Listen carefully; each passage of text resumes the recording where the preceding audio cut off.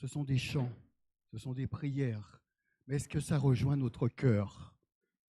Est-ce que ça rejoint notre cœur? Prions. Notre Dieu, notre Père, nous te bénissons, nous te rendons grâce pour ta bonté envers nous. Et c'est vrai, Seigneur, tu es bon, Seigneur, tu es bon, si bon pour nous. Que serait-il de notre vie sans toi? Nous avons besoin de toi. Nous avons besoin de ta grâce. Nous avons besoin de la parole de vie, de la parole vraie, la parole de la vérité. Ta parole, Seigneur. Nous avons besoin d'être nourris par elle. Nous avons besoin qu'elle imprègne notre vie, qu'elle transforme notre vie. Nous avons besoin que nos cœurs soient touchés par elle, Seigneur, parce que nous voulons vivre de ce que tu nous appelles à vivre. Nous voulons nous aligner à ce que tu dis, Seigneur. Nous voulons nous aligner à ta volonté. Nous voulons nous aligner à ton cœur. Nous voulons nous aligner à toi, notre Dieu. Tu es notre Dieu. Qu'en serait-il de notre vie sans toi? Oh Seigneur, ce matin nous nous humilions devant toi. Parle, Seigneur, nous t'écoutons. Au nom de Jésus, Amen. Nous avons eu 3 jours de jeûne et de prière. Et pendant ces 3 jours de jeûne et de prière, pour ceux qui n'ont pas pu être là, le mercredi, notre pasteur nous a partagé sur la prophétie d'Ézéchiel, les os qui allaient reprendre vie, le corps, la chair qui venait se coller à ces os, les muscles, et ces os se mettaient debout et ils étaient vivants. Et Jamel a dit quelque chose pour lequel nous avons prié. Les os qui sont de vous, c'est nous, grâce à lui, grâce à Jésus-Christ. Mais le problème, souvent, nous sommes vivants. Mais le problème, c'est que la parole de Dieu, des fois, au lieu de toucher nos cœurs, elle coule sur nous, tout simplement. Comme si qu'elle nous lave, mais qu'elle ne nous impacte pas. Il n'y a pas de changement, il n'y a pas de transformation. On a beau répéter, répéter, répéter, nous ne changeons pas. Le jeudi, Kej est venu nous apporter une exhortation. Cette exhortation, c'était sur le passage où Moïse était en train d'intercéder pendant que Josué était en train de combattre sur le terrain. Et Moïse avait, à un moment, il faiblissait, il avait besoin d'aide. Eh bien, les deux, Aaron et Our, sont venus tenir ses bras. Ils l'ont assis sur une pierre pour que l'intercession puisse continuer. Parce que bien que Dieu est tout-puissant et capable, si Moïse baissait les bras, Israël perdait. Et tant qu'il gardait les mains levées, Israël remportait la victoire. Alors, Kej nous a encouragés à être ensemble pour pouvoir intercéder, pour pouvoir prier, pour que la bataille soit gagnée. La bataille, elle était déjà gagnée au nom de Jésus-Christ. Nous marchons dans des œuvres que Dieu a préparées d'avance afin que nous puissions les pratiquer en ce moment. Nous marchons dans ces œuvres. Mais il faut qu'on soit disponible, ensemble, faire bloc, un corps ensemble, pour pouvoir avancer. Comme cette semaine d'évangélisation qui va venir, on aura besoin d'intercesseurs, on aura besoin de personnes sur le terrain, on aura besoin de personnes qui nourrissent les équipes, on aura besoin de l'intercession. Le vendredi, Moïse, je n'étais pas là, mais je me suis renseigné, parce que c'est notre intérêt. Nous travaillons ensemble pour l'œuvre de notre Père, chacun d'entre nous. Tu as parlé de l'amour. Dieu nous a aimés le premier et il nous invite à nous aimer les uns les autres. Et il nous invite bien plus que ça, à aimer nos ennemis. C'est ça le véritable amour. Aimer nos ennemis. Un petit rappel de ce qui s'était passé. Dimanche dernier, je n'étais pas là, mais là aussi, je me suis renseigné sur le message de Jamel sur le site. Un message qui nous dit que c'est un message d'indicateur d'un réveil spirituel. Est-ce que nous voulons un réveil spirituel dans l'Église? Est-ce que nous voulons un réveil spirituel dans nos vies? Est-ce que nous le voulons? Amen, amen, nous le voulons. Nous le voulons. Eh bien, à Morigny, c'était le pasteur Elio qui est venu. Et de quoi a-t-il parlé? De l'indispensabilité de la prière. Ici, vous avez entendu l'indispensabilité de la parole de Dieu. À Morigny, on a entendu l'indispensabilité de la prière par le pasteur Elio. Nous entendons souvent dire qu'il faudrait revenir à l'église primitive. Souvent, on dit ça. Il faut qu'on revienne, qu'il y ait le feu. On revienne à l'église primitive. Mais sommes-nous prêts réellement à payer le prix qu'ils ont payé? Celui de la persévérance à écouter avec attachement, assiduité, l'enseignement de la parole de Dieu. Celui de la persévérance à vivre les uns avec les autres, à rompre le pain et à prier ensemble. Tout ceci chaque jour. Est-ce que nous sommes prêts à payer ce prix pour pouvoir vivre ce qu'eux, ils ont vécu après? Qui est candidat? Petit rappel sur ce qu'est la prière avant de commencer notre message. Nous ne prions pas pour obtenir la faveur de Dieu. Elle nous est déjà acquise à la croix. Jésus a payé le prix pour nous et il nous a imputé sa justice. Si tu lui appartiens ce matin, sinon il t'invite, si tu ne lui appartiens pas. Nous, voilà ce qu'on prie. On prie pour être alignés au cœur de Dieu. On prie pour être alignés à la volonté de Dieu. C'est pour ça qu'on prie, pour être aligné à ce qu'il veut. C'est pour ça qu'il est dit, Seigneur, regarde si je suis sur une mauvaise voie et conduis-moi sur la voie de l'éternité, dans toutes tes voies pour l'éternité. C'est pour ça que Jésus a dit, priez que ta volonté soit faite, que ton règne vienne. Il nous invite à cela. Nous ne prions pas pour obtenir sa faveur, mais nous prions pour être alignés à sa volonté. Nous prions pour être alignés à ses voies. Nous prions pour être alignés à son cœur. La prière, deuxième petite interrogation par rapport à la prière n'est pas une formule magique pour obtenir ce que l'on désire. Elle fait partie d'une communion avec Dieu, une relation profonde et personnelle. C'est en l'Éternel qu'il faut remettre toute ta vie entière et confiance en lui, et il agira. Nous allons lire par rapport à Néhémie. Nous sommes toujours dans le livre de Néhémie. On a fait une petite introduction. Ah si, il y a une image que j'ai vue, que je voulais vous partager ce matin. J'étais dans le jardin et je regardais le poirier qui est derrière. Le poirier, il est entouré de lierre. Le poirier, il est sec, complètement sec, à cause de lierre qui mange toute sa sève. En haut, il y a quand même quelques branches avec des fleurs qui apparaissent. Gardons cette image. Je l'ai vue ce matin et je trouvais que c'était une bonne image. Ce matin, je me suis réveillé aussi pour me présenter devant notre Dieu. J'avais préparé plein de pages. Le Seigneur m'a dit, tu n'auras pas le temps, comme toujours. Je me suis mis à genoux devant lui et il m'a dit, concentre-toi sur ce principal. Mais ce que je veux vous dire ce matin, par rapport à ce que Jamel vous a enseigné dimanche dernier, je veux vous inviter à vous lever pour la lecture de la parole de Dieu. Nous lirons dans Néhémie 9, tout Néhémie 9.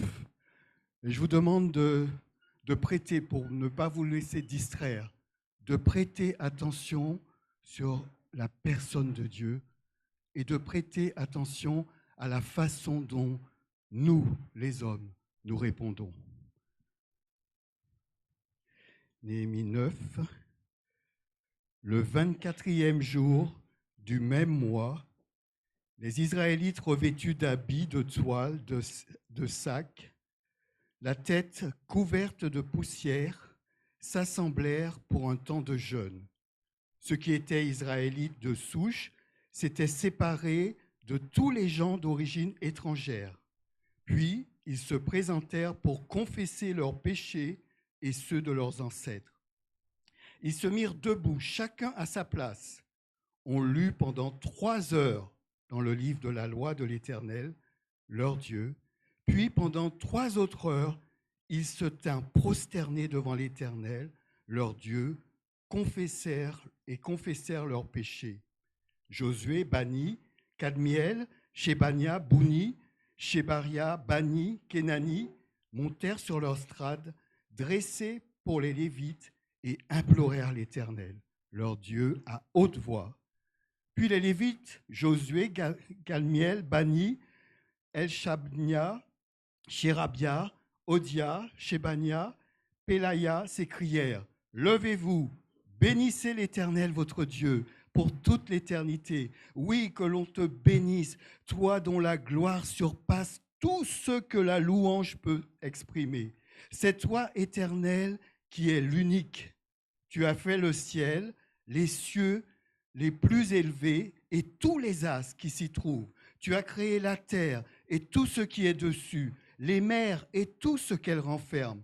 Tu donnes la vie à tous les êtres et l'armée céleste se prosterne devant toi. C'est toi, l'Éternel Dieu, qui a choisi Abraham. Tu l'as fait quitter Our des Chaldéens et tu lui as donné le nom d'Abraham. Tu as constaté que son cœur était fidèle. Tu as conclu une alliance avec lui en lui promettant de donner à sa descendance le pays des Cananéens, des Hittites, des Amoréens, des Phéréziens, des Yébousiens, des Gigarziens, et tu as accompli tes promesses, car tu es juste. Tu as vu la misère de nos ancêtres en Égypte.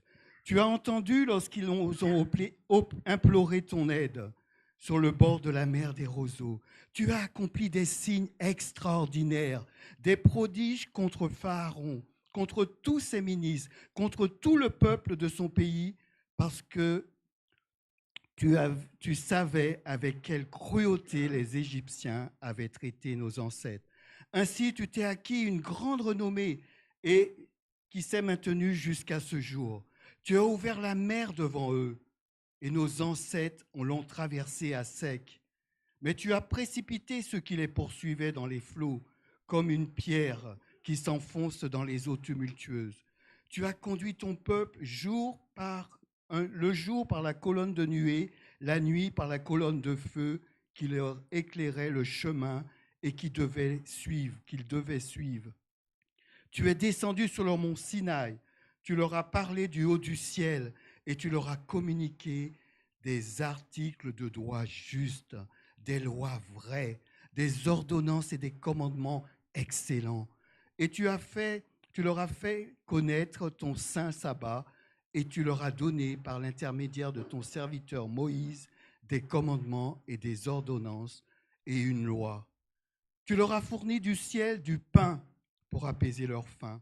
Tu as fait jaillir de l'eau du rocher pour étancher leur soif. Tu leur as commandé d'aller prendre possession du pays que tu avais promis par serment à leur donner.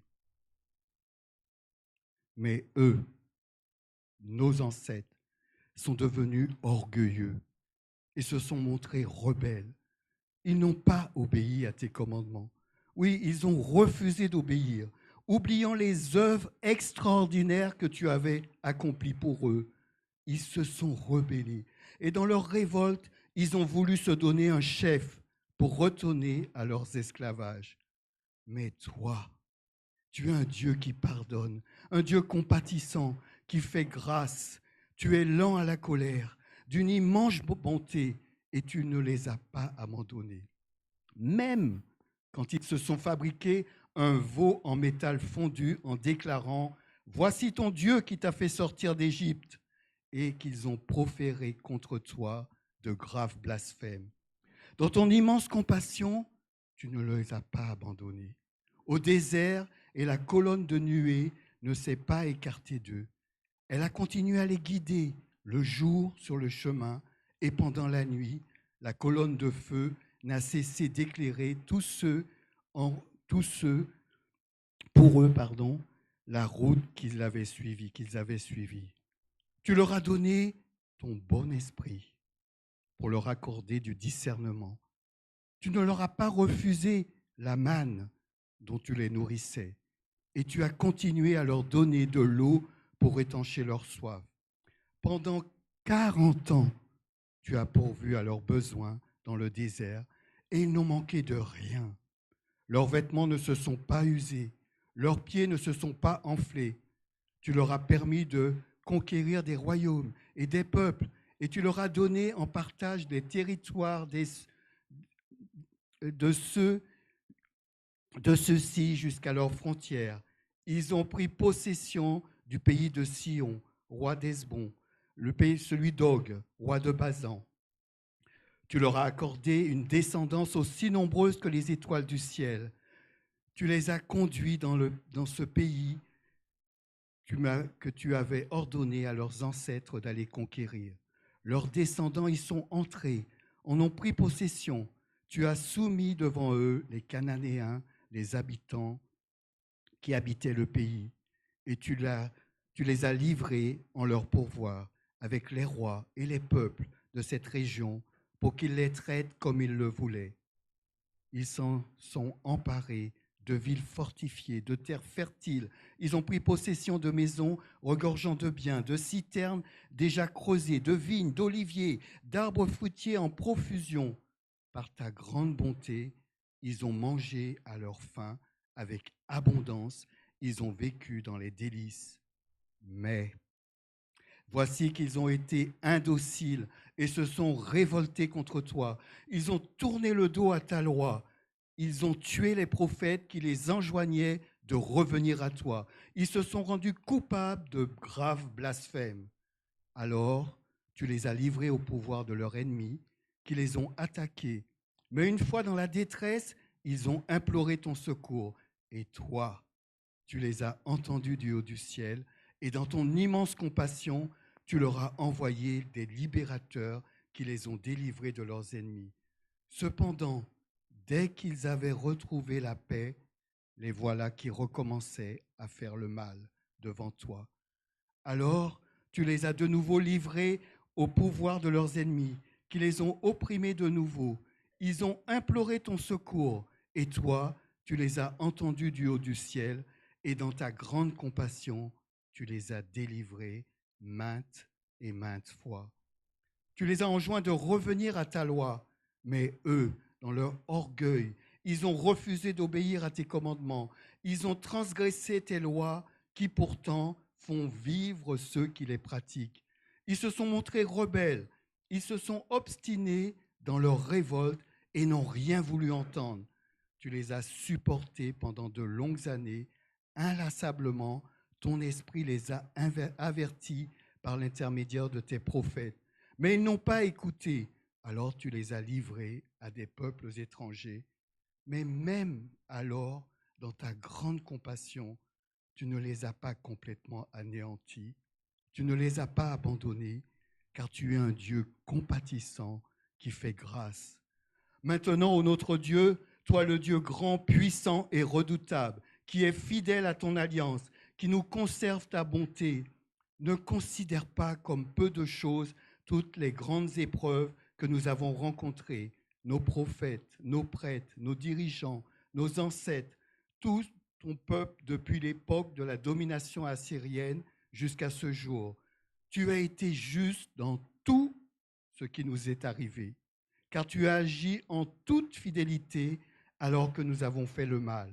Nos rois, nos dirigeants, nos prêtres, nos ancêtres n'ont pas appliqué ta loi, n'ont pas respecté tes commandements, ils n'ont pas prêté attention aux avertissements que tu leur adressais, tant qu'ils jouissaient dans leur royaume de nombreux bienfaits que tu leur accordais dans le pays spacieux et fertile que tu leur avais donné.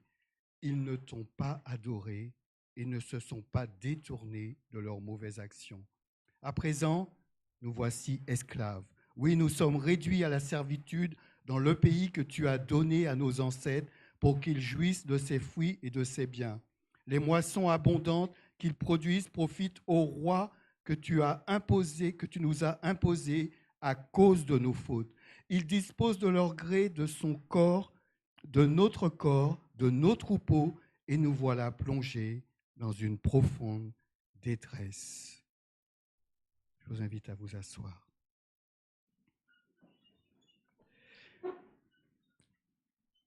Pardonnez-moi de vous avoir fait cette expérience. Et nous voyons combien ce peuple, ils étaient restés 6 heures comme ça, à écouter la parole de Dieu.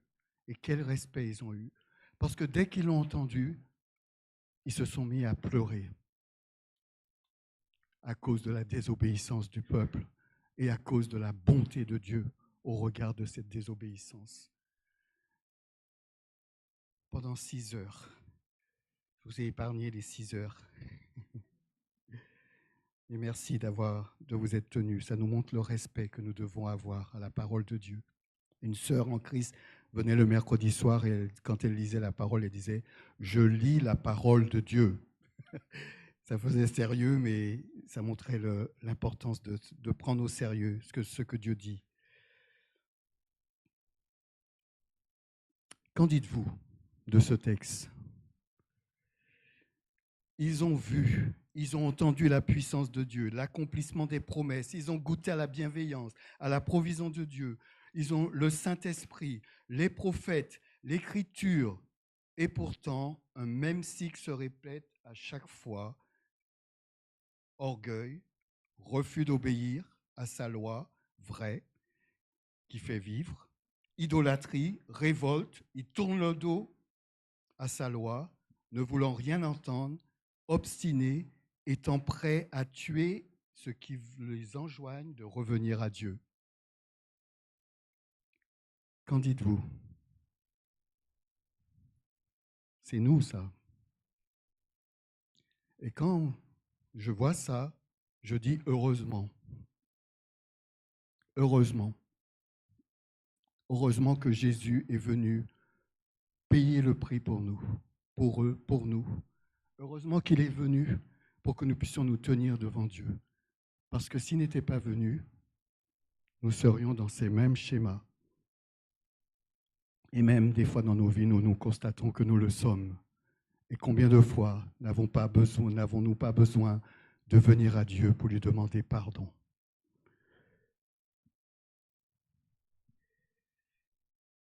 Mais je ne vais pas voir tout ce texte qui est très long. J'avais commencé tout ça et ce matin, il y a 2 pages que j'ai enlevées. Et ces 2 pages, peut-être il va me manquer quelque chose. Mais dans le peu qu'on a à dire ce matin, je pense que si on le pratique dans nos vies, si on le vit, ça peut entraîner des transformations. Je relis juste les parties qu'on va aborder.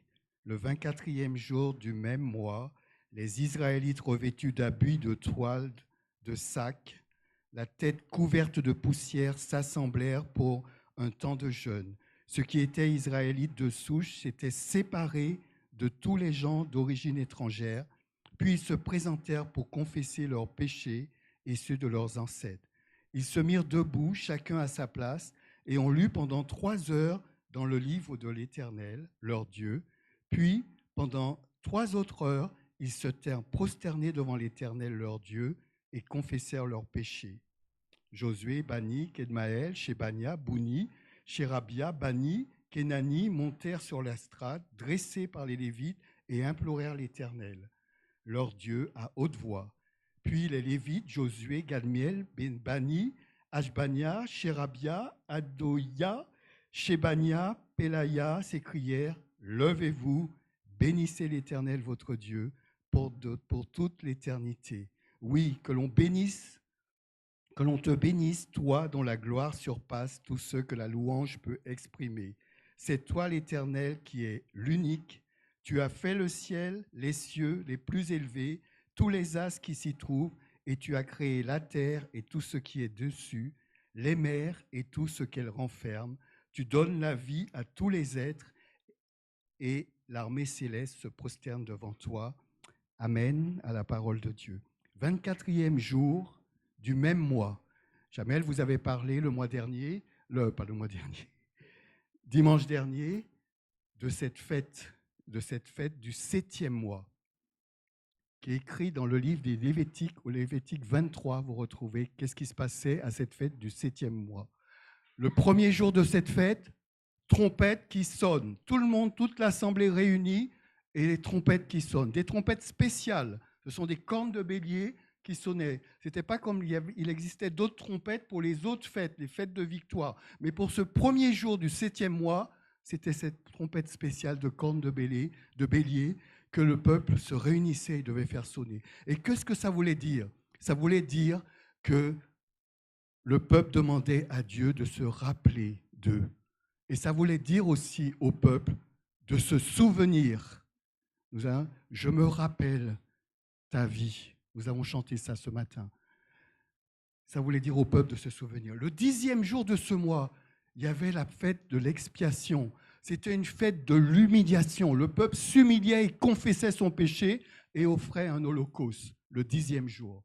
Et le 15e jour de ce mois, pendant 7 jours, il y avait la fête des cabanes, la fête qu'on appelle aussi la fête des tabernacles. Le peuple devait habiter dans des tentes pour montrer à la génération qui allait venir que le Dieu a pris soin d'eux tout au long dans un désert pendant 40 ans. Ils témoignaient de cela à la génération qui suivait, à leurs enfants. Et c'était important de le faire. Ils avaient arrêté de le faire, sauf peut-être pendant le temps des rois, pendant le temps. Et quand ils sont revenus à la parole de Dieu, comme nous a dit Jamel, et qu'ils se sont mis à pleurer, quand ils ont ouvert la parole de Dieu, ils se sont rendus compte que Dieu leur demandait de faire cette fête. Et ils l'ont fait. Et en le faisant, ils ont expérimenté la joie que donne la force de l'Éternel. Ils ont expérimenté ça. Vous l'avez vu avec Jamel. Et là, on est le 24e jour. Ce 24e jour n'existe pas dans le livre des Lévitiques, des 7 jours de cette fête. Il n'y avait que ces 3 fêtes que je vous ai nommées. Le 24e jour, il décide de faire plus. Il décide de s'humilier devant Dieu.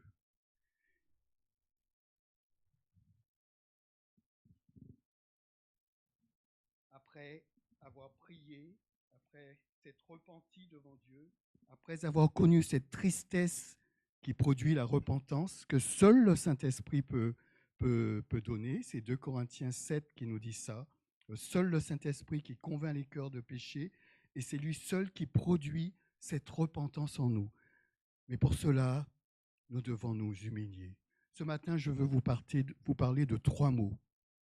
Humiliation, séparation, confession. Humiliation, séparation, confession. Ce peuple s'est humilié. Et ça s'est traduit par des signes spécifiques. Ils se sont habillés de sacs. L'apparence leur comptait peu. Ce qui comptait, c'était Dieu. Ils venaient vers Dieu, conscients de leur état, conscients de leur péché à son égard. Et sacs, avec de la poussière sur la tête. Et ça, à cette époque-là, c'était une marque de deuil, c'était une marque d'humiliation, c'était une marque de tristesse, de consternation, de détresse. L'Assemblée, pendant tout ce temps, ils font ce jeûne, ils organisent un jeûne national supplémentaire qui traduit leur sérieux. La parole de Dieu nous dit dans 1 Pierre 5, 6, « Humiliez-vous sur la puissante main de Dieu afin qu'il vous élève au temps convenable. » Humiliez-vous, considérez-vous, considérez votre vie, considérez ce que demande Dieu. Sommes-nous alignés, comme nous avons vu au début? Sommes-nous encore alignés? Considérons ça. Humilions-nous ce matin et demandons, Seigneur, suis-je encore aligné? La parole de Dieu nous dit, si alors mon peuple sur qui est appelé de mon nom s'humilie, prie et recherche ma face, ma grâce, s'il se détourne de sa mauvaise conduite, moi je l'écouterai du ciel et je lui pardonnerai ses péchés et je guérirai son pays. Est-ce que nous croyons cela? Amen, amen. C'est ce qu'on veut, hein? Mais leur humiliation, c'est la reconnaissance, l'humiliation, c'est la reconnaissance émotionnelle de notre état devant Dieu. C'est une ébauche de l'alignement à la volonté de Dieu. Dans leur cas, elle ne se traduit pas seulement en signes, elle se traduit aussi par des actes. Et le prochain acte dont je vous parle, c'est la séparation. Ils se sont séparés, nous l'avons vu dans le texte. Hein.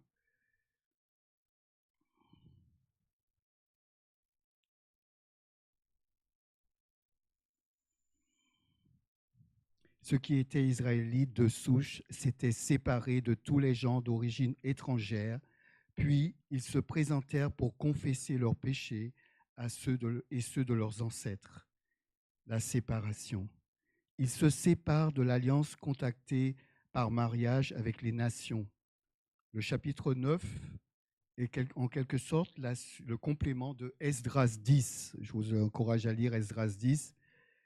Dieu n'est pas contre les nations, puisqu'il a dit dès le départ à Abraham, toutes les nations de la terre seront bénies en ton nom. Donc Dieu a une bénédiction pour toutes les nations. Mais là, ce n'était pas le moment de contracter une alliance avec les nations, parce qu'on sait très bien comment ça se termine. Rappelons-nous Salomon, par l'idolâtrie, par le fait de suivre non plus Dieu, mais de suivre le Dieu qui nous est proposé par les nations. Et dans l'Église, le monde rentre aussi. Les idées du monde rentrent. Parce que nous vivons plus souvent avec le monde qu'avec l'Église, que dans l'Église. Et ils rentrent. Jamel vous a parlé de statistiques, hein, par rapport à par exemple, la loi du mariage pour tous, où il y avait 12% des chrétiens qui étaient pour. 12%. Au moment où on a parlé de ça. Et quand la loi est passée, ils sont passés à 32%. Il y a un effet du monde sur nos vies. Donc prenons garde et restons attachés à notre Dieu. Séparation, il faut se séparer. L'alliance rendait les familles d'Israël solidaires des ennemis de l'Éternel et de son peuple. Nous parlons de mélange qu'ils avaient favorisé en laissant aux nations prendre part dans la vie du peuple. Pour être affranchi de ce mélange avec ce monde, il fallait beaucoup plus que se séparer de tel ou tel péché scandaleux. Il fallait un jugement véritable de l'état du cœur qui avait conduit à accepter ce jugement, ce mélange. C'est ce jugement que nous parle Néhémie 9. Ces faits nous instruisent à nous qui sommes chrétiens. Nous avons à juger non seulement les fautes, les péchés que nous commettons encore, mais nous avons aussi à juger la mondanité à laquelle nous avons donné droit de citer parmi nous. Pouvons-nous être des chrétiens mondains? Jésus n'a-t-il pas dit « Vous n'êtes pas du monde » ? N'a-t-il pas dit « Ne savez-vous pas que l'amour du monde est inimitié contre Dieu » ? Inimitié, c'est sentiment d'aversion, c'est hostilité. Celui donc qui veut être ami du monde se rend ennemi de Dieu. Jacques 4, verset 4. Il nous faut une vraie séparation avec le monde, car elle seule nous préservera des péchés grossiers qui sont la triste conséquence de ce mélange. Nous sommes dans le monde, mais nous ne sommes pas du monde. 2 Corinthiens 6, 16 à 18 nous dit « Quel accord peut-il exister entre le temple de Dieu et les idoles ? Car nous sommes le temple du Dieu vivant. Dieu lui-même l'a dit, j'habiterai, je marcherai au milieu d'eux, je serai leur Dieu, ils seront mon peuple. C'est pourquoi sortez du milieu d'eux, séparez-vous d'eux, dit le Seigneur. N'ayez pas de contact avec ce qui est impur, alors je vous accueillerai. Je serai pour vous un père, et vous serez pour moi des fils et des filles, dit le Seigneur, le Tout-Puissant.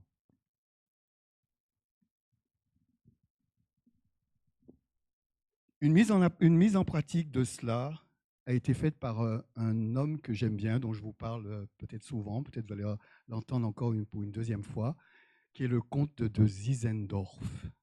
Vous avez dit que cet homme, qui habitait en Moravie, ou Moldavie, actuellement la Tchécoslovaquie, cet homme jeune partait pour faire la fête à Paris et il descend. Mais cet homme, il aimait aussi l'art.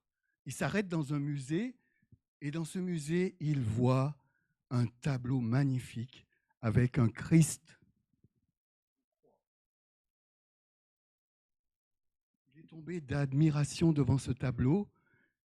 Et juste en bas de ce tableau, la personne qui l'avait posé avait marqué « Voici ce que j'ai fait pour toi. Et toi, qu'as-tu fait pour moi ?» Humiliation. Qu'est-ce que j'ai fait pour lui? Séparation. Au lieu d'aller à la fête, il a fait demi-tour. Il est retourné dans son pays, ce jeune homme. Mais je ne vous avais pas lu un peu le reste de ce qui s'est passé, ce jeune homme qui est devenu pasteur. Zinzendorf, on prend le 5 août 1727, ça se passait en 1727. Zinzendorf et 14 autres personnes passèrent la nuit à prier, demandant à Dieu une effusion du Saint-Esprit. Le 6 août 1727, une fillette de 11 ans, Suzanne Cunel, a rencontré Dieu après avoir prié pendant 3 jours. Son témoignage, à la suite de son témoignage, d'autres enfants sont rentrés dans le réveil qu'elle vivait. Le 27 août 1727, 24 hommes, 24 femmes ont décidé, sous l'inspiration du Saint-Esprit, de prier pendant 24 heures. Et cela a duré pendant 100 ans. Pendant 100 ans. Chacun prenait 1 heure, parce que je vais vous lire ce qu'elle disait. Parce que pour elle, à l'époque de la vieille alliance, le feu n'avait jamais été autorisé à s'éteindre sur l'autel. Lévitique 6, verset 13. Donc, dans une congrégation qui est un temple du Dieu vivant, où il y a son autel et son feu, l'intercession des saints devrait se lever sans cesse de lui comme un parfum sacré. Voilà ce qu'elle disait. Donc pendant 24 heures, non-stop, par palier de 1 heure, chacun priait pour la communauté, priait pour la mission. Quel est l'effet de ça? Quel est l'effet de ça? Tu peux montrer les images, s'il te plaît? Voilà. 24 heures de prière. Et quel est l'effet de ça? Montre l'autre image. Une église, plus de 300 personnes, a levé 100 missionnaires qui sont partis. Tous ne sont pas arrivés. Il y a des personnes en chemin qui sont décédées. Ils ont payé de leur vie pour pouvoir aller annoncer la bonne nouvelle. Regardez ce que ça a entraîné. Et il a fallu 25 ans pour ça. Voulons-nous vivre le réveil? Voulons-nous voir des réveils dans nos vies et des réveils dans nos pays? Il n'y a qu'une chose. Il y a peut-être une chose, une passion, un trait de caractère, une personne, une habitude, une distraction dans nos vies que nous devons nous séparer. N'y a-t-il pas quelque chose que nous devons nous séparer?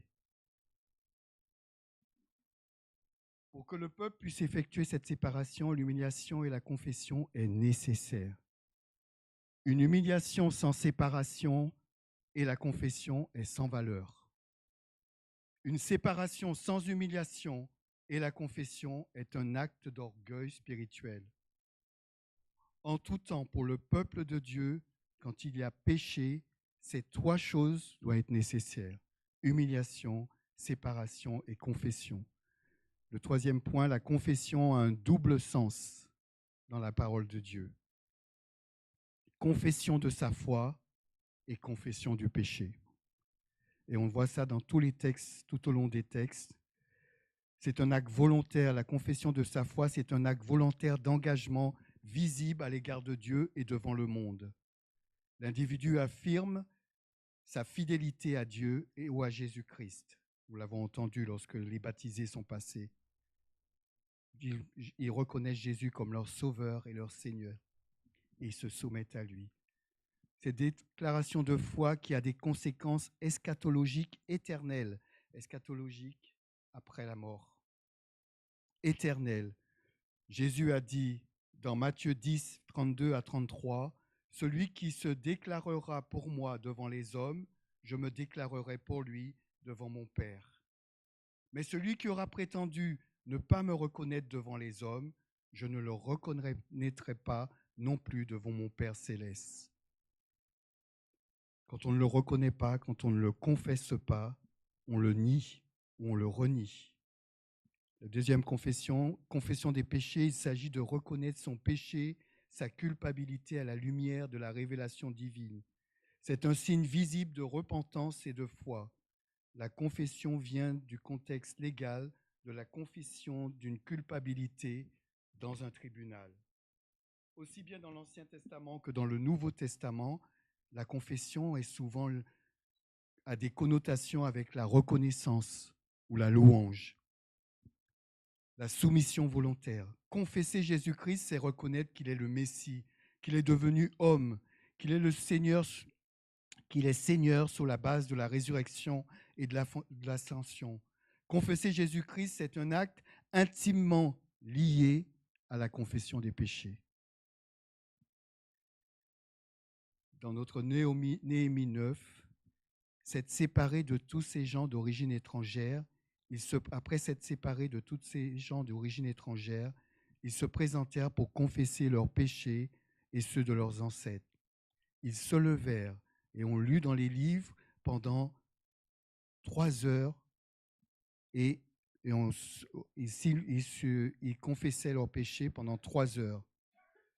Sans la parole, aucune confession n'est complète.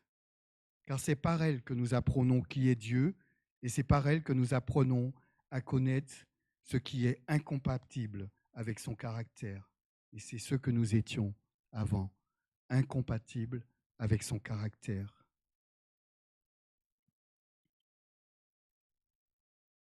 Nous voyons la proportion entre 3 heures de prière, 3 heures de confession en réponse à la parole de Dieu.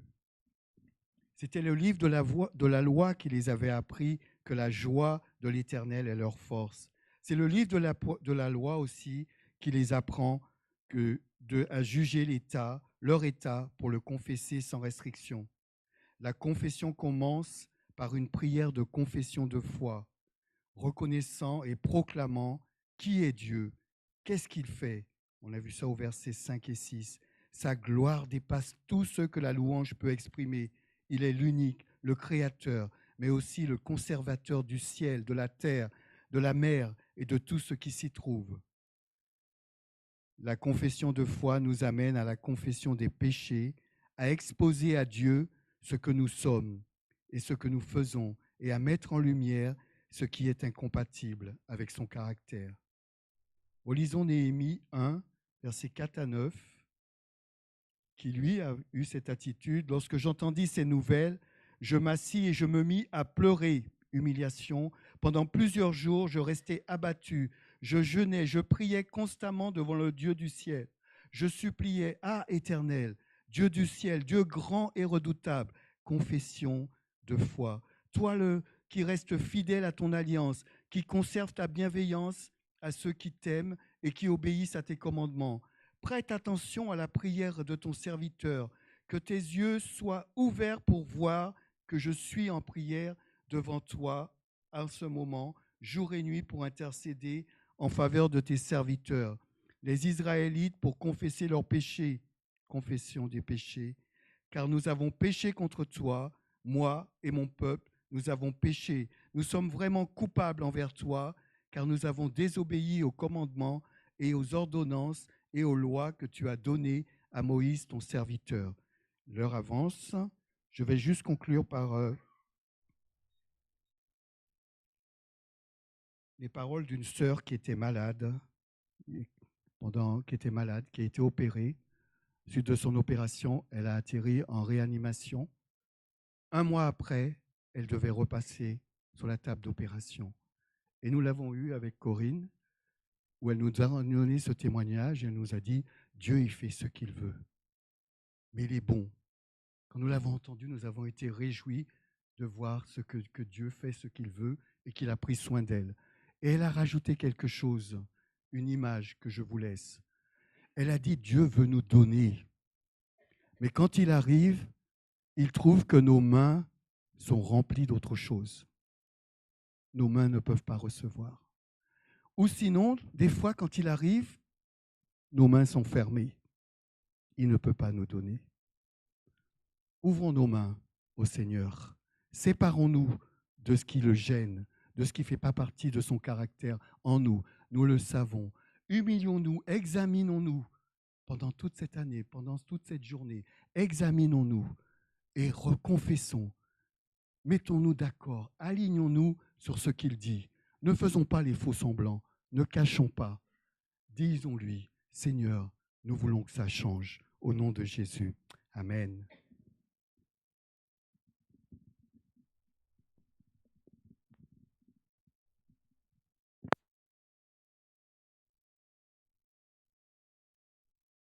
Nous n'avons